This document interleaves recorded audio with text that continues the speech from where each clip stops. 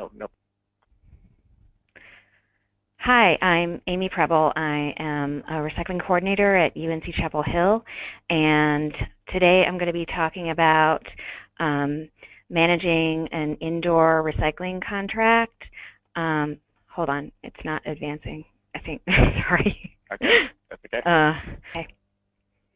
Hi, my name's Amy Preble. I'm a recycling coordinator at UNC Chapel Hill, and today I'm going to be talking about managing an indoor recycling contract and some best practices and lessons learned that I learned over a number of years working with a contractor that we had a lot of problems with.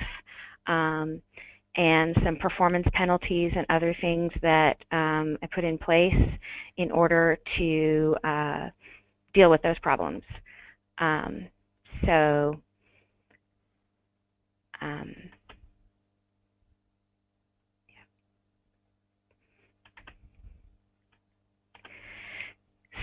just to give you a little bit of history of our program, how we got started, and how we got to kind of where we are now.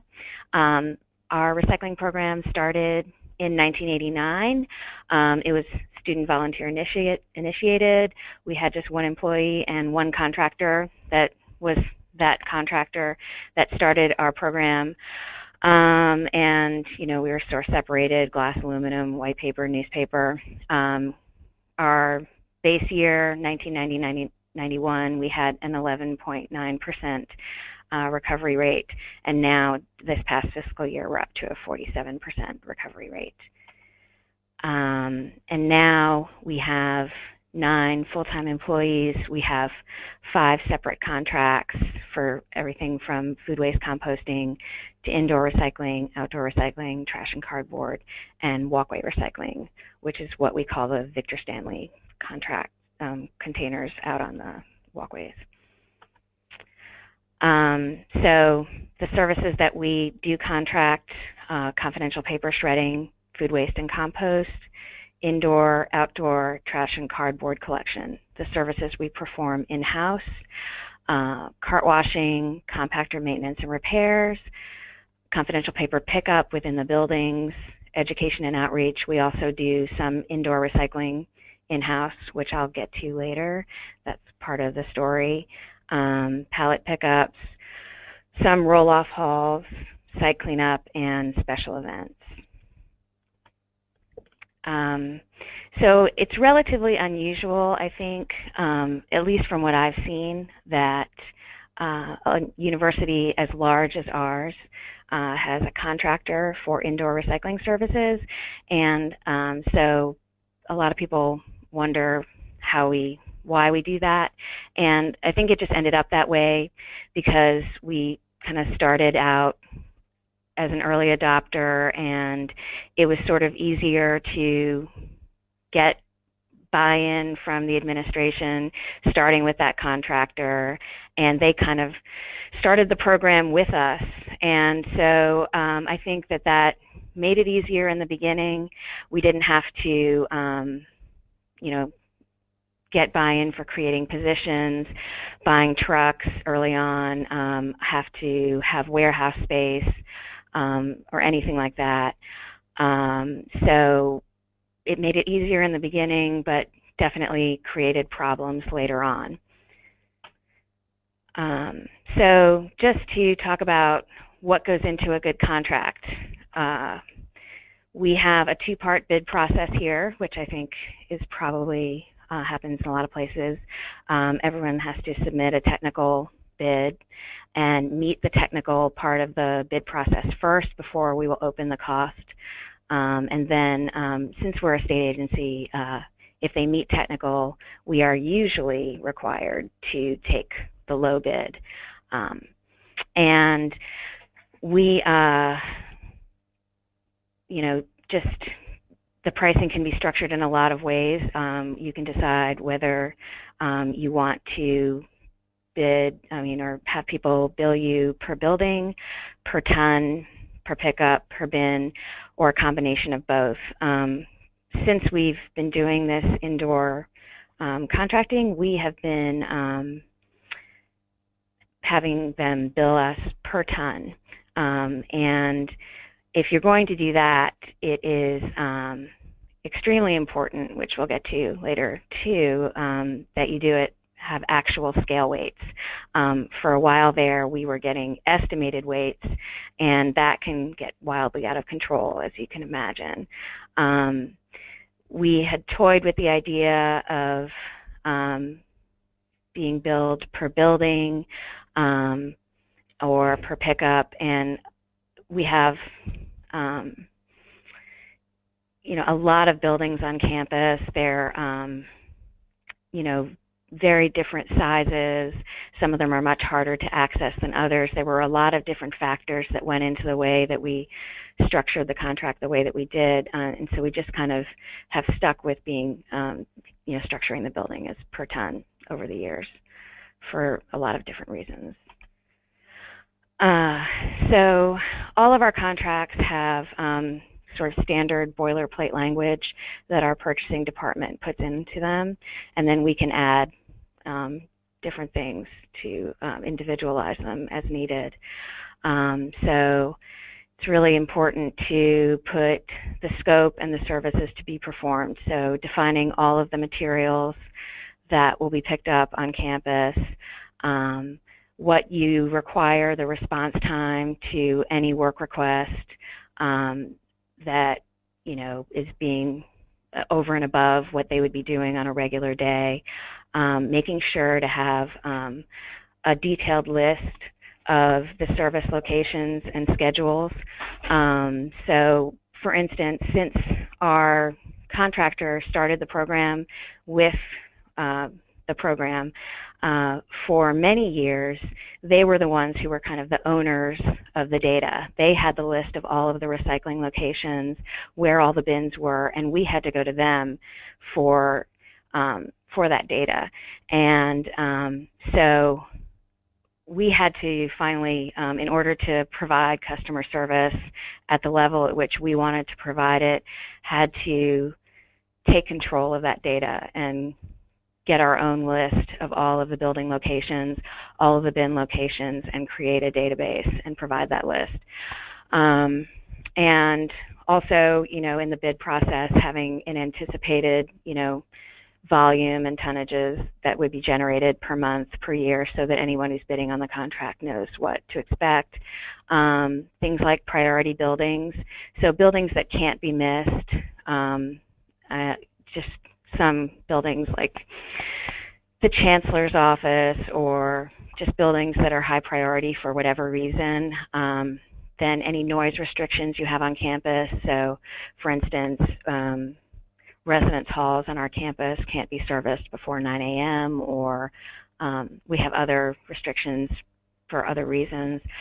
Buildings that are hard to access, either because of parking problems, if there's a long-term construction project that's going to be happening on campus that's going to affect parking for the buildings surrounding it, or years ago there were many more buildings on our campus that didn't have elevators, and now we're down to about 15 out of 250 buildings that still don't have elevators, but we still provide recycling on every floor. So that's also something that people who are bidding on the contract should know in advance. What to expect in terms of site maintenance. So I think just being as specific as possible in the contract language in terms of cleanliness of the bins, replacing the labels if they're torn, making sure that if you expect the contractor to do these things for you rather than you're going to do these things, that you expect them to keep the lids clean, how you want the bags tied even. You expect them to replace the labels and keep a store of the labels, in their trucks and at their place of business so that they can do that themselves, then, write that into the contract. And what materials you are accepting, and making sure that they are taking all of those materials if they're bidding on the contract and that they have markets for them. And being specific even down to employee behavior and appearance, things that you wouldn't even think of, just that employees are wearing distinctive clothing that marks them as working for the company that they're working for, and that they don't do things like talk on the phone and make personal calls while they're walking through the hallways in a building. If things that you wouldn't even think you might not have to specify, you do have to specify, and also the equipment appearance. So for a while, our contractor was sending trucks to campus that had no logo on the outside of the truck, so it wasn't clear where this truck was coming from and why it was parking on the loading docks on campus. And so we had to specify that the trucks were clearly marked, that they were coming from this company. So things like that. So also just clearly reporting, the scale weights and the stats for billing purposes, but also, for our monthly reporting of our diversion rate, that goes into our yearly reports, and just having a clear billing date when we need it so that our accounting department can get it on time so that we can pay them on time, and so that they know that in advance. Having monthly meetings with the contractor became really important, especially when we started to try to address all of the problems we were having, and daily check-ins with them about any problems we're having on our end, and then also from them, any buildings that were missed or any parking problems that they had, or just anything that was going on. And then once we had taken control of that data, so where all the locations were, where all the bins were on campus, how many bins were at each site, all of those things, having that sort of two-way communication about any schedule changes or location changes. So if we decide to make, a site being picked up more frequently, making sure that they know if we move any bins, they have to know so that they can make sure that they're picked up. But also if they see that any bins have been moved, they let us know so that we can update our database. And just having the contractor report any problems that they see, because they're out there seeing all those bins more frequently than we are. So some lessons that we learned over this period of time. Again, back to the bid preparation, it's essential for us to have our own data. They owned that data for a number of years, and it was extremely frustrating, not just in the bid preparation, to not have that list of where every single container was on campus. It's thousands of bins in hundreds of buildings, but also just when a customer would call, to not be able to give that feedback that we know for sure that that's where the bin is supposed to be, or that that's a bin that the contractor knows where it's supposed to be, and it was a mess.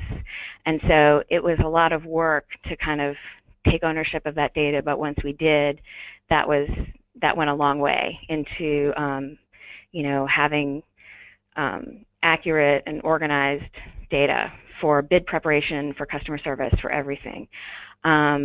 During the bid preparation process, having a mandatory site meeting for everyone who's bidding on the contract, doing a tour of campus, showing them all of the different things that they would need to know. So, a lot of people aren't familiar with, who might be bidding on the contract, aren't familiar with everything that goes into doing this kind of work on a university campus, all of the kind of issues that they might run into. It can be pretty complicated in terms of parking and in terms of accessing a lot of different types of buildings. And again, just all of the things that you might take for granted, just be extremely specific. If it's not in the contract, it might not happen, or it probably won't happen.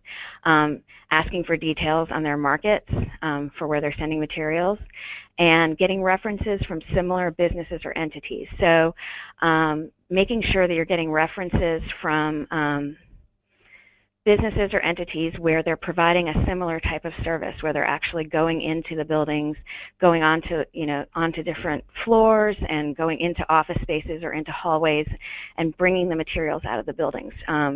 You don't want, if that's the kind of contract that you're bidding for. So you don't want just references where they're going to the loading dock and pulling some carts or something else. But you want to make sure that for whatever you're getting, you're getting bids for, that you're getting references for the similar type of service. So other lessons learned is just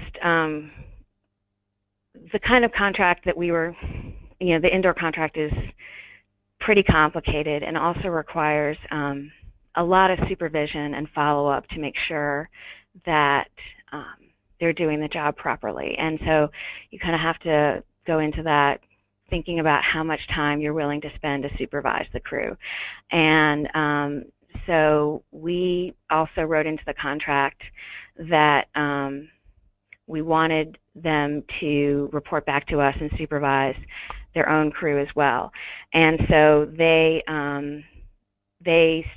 started sending someone from their company to campus to inspect sites and send back reports on how their crews were doing.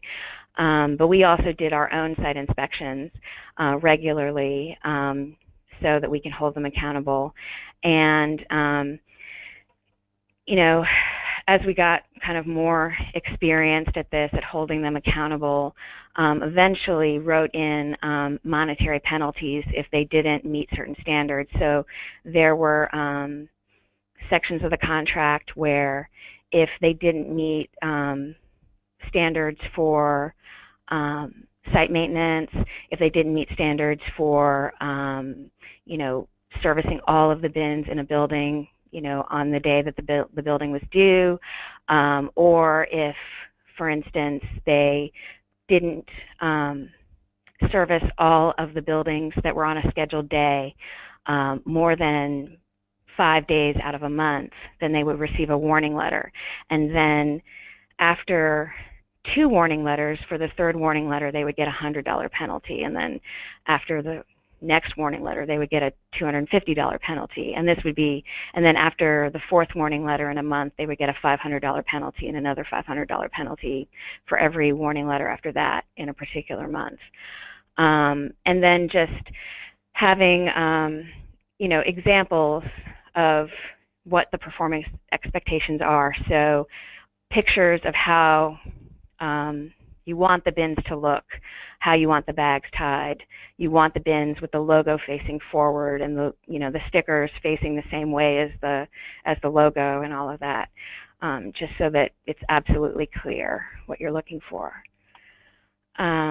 So to give an example of what things looked like many years ago, before we had standardized bins that we owned, and before we really started kind of cracking down on a lot of the service issues that we had. These are kind of the bad old days. This is many years ago when the contractor provided their own bins on campus, and as you can see, they were pretty ugly. And also, this is a kind of prime example of some of the service problems we would have where bins were clearly not getting picked up regularly, and we were getting tons of customer complaints. And we spent a lot of office time, our office staff, dealing with customer complaints on campus. People were really unhappy. And so this is an example of why. This is another picture. These are indoor bins. They're out on kind of a little sort of balcony area, but again, just dirty, not standardized, and clearly neglected, not picked up in a while. Lids have not been cleaned up in a long time, if ever.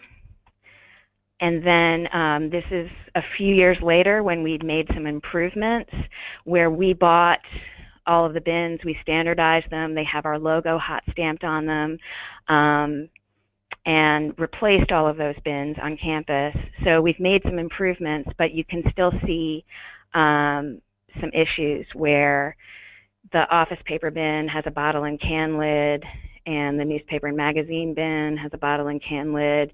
The lid is facing backwards on the one on the left. So again, just being as specific as possible what you expect in terms of site maintenance. And then moving ahead even further, years later, these are some really nice cabinets. We had written design guidelines into, for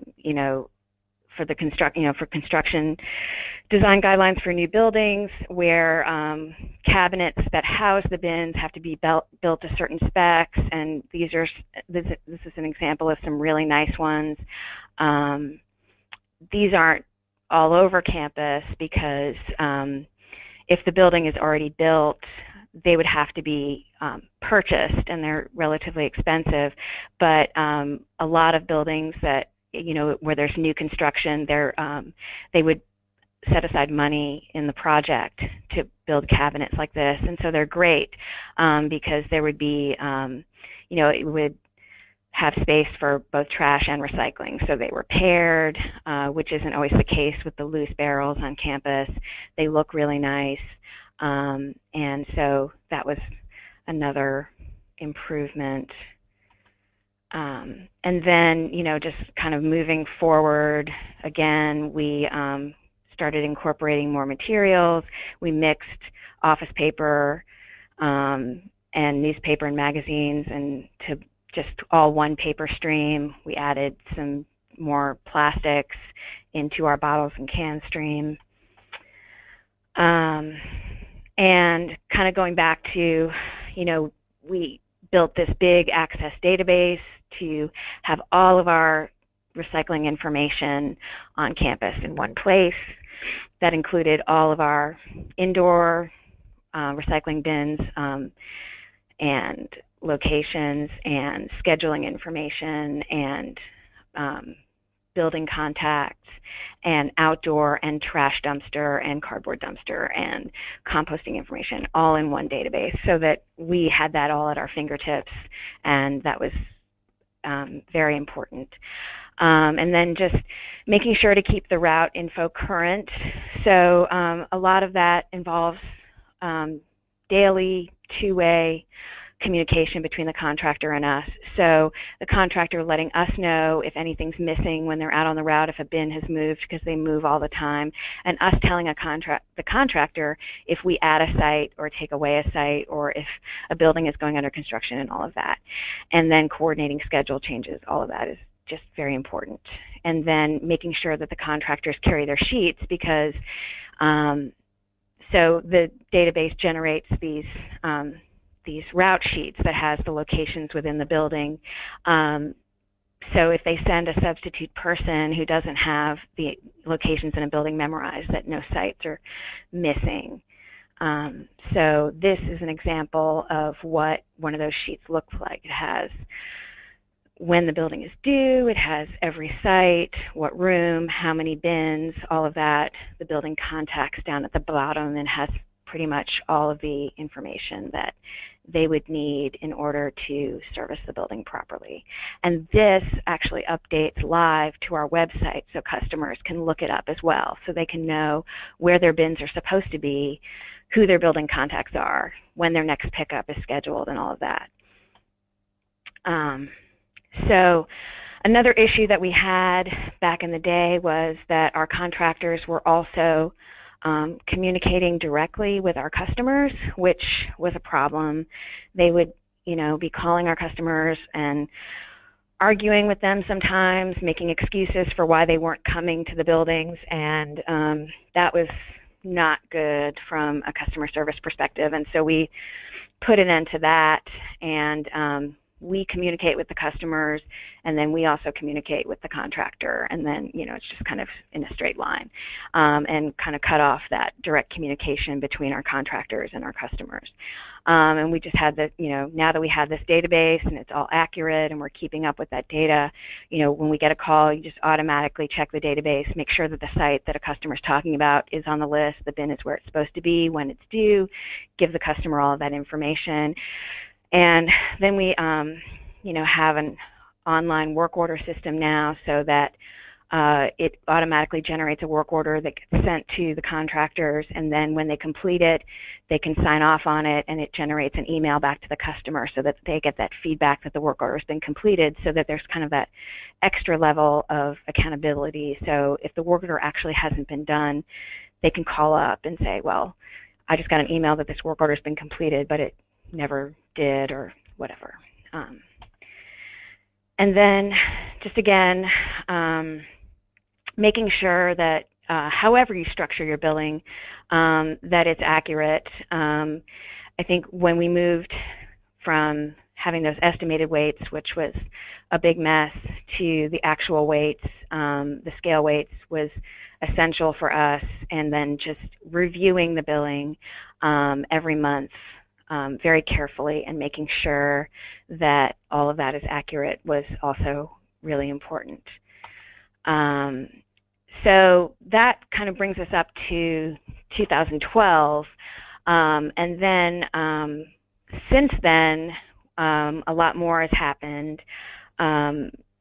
So after I put all those performance penalties in the contract, where they would get warning letters every time they missed more than 5 stops per month, and documented that, and get monetary penalties, which ultimately were largely symbolic, because we were paying $10,000 to $12,000 a month, and they're getting $150, $250, $500 penalties. It wasn't really a lot of money, but more what happened was, over the course of a couple of years, we were sending so many letters, which took a lot of follow-up, and it was a lot of work to make sure to keep up with all of this, so that we could send these really well documented letters about all of the issues with site maintenance, with keeping on schedule, with missing bins here and there, with customer complaints. But every time we sent a letter, the head of the department over ours was CC'd, and the head of purchasing was CC'd.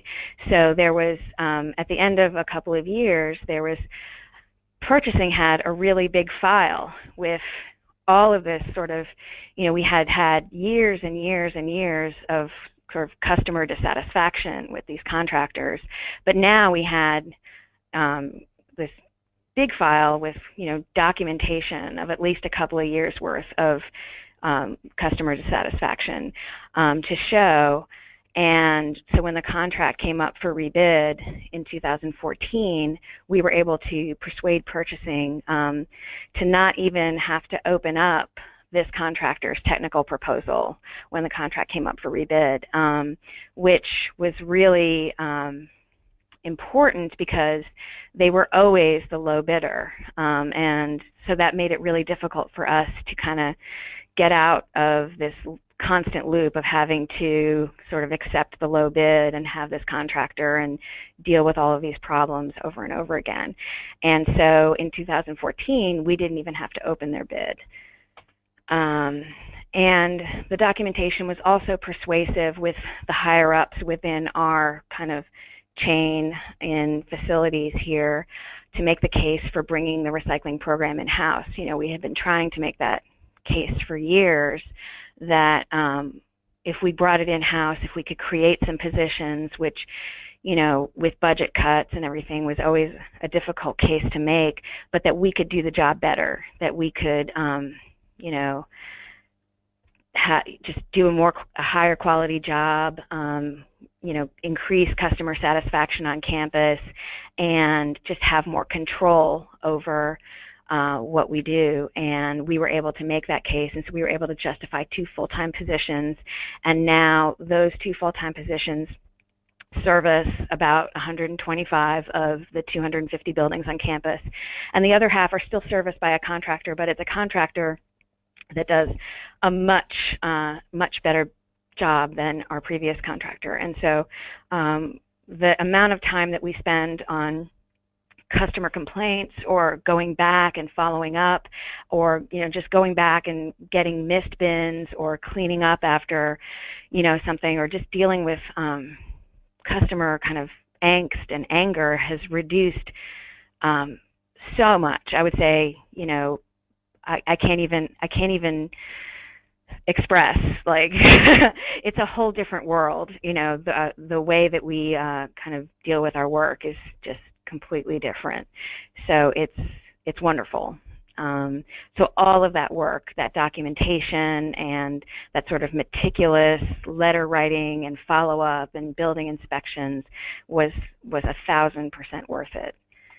And so that's it. If anyone has any questions or wants to contact me or wants to see a copy of any of that contract language, I'm happy to provide it. Yeah, thanks.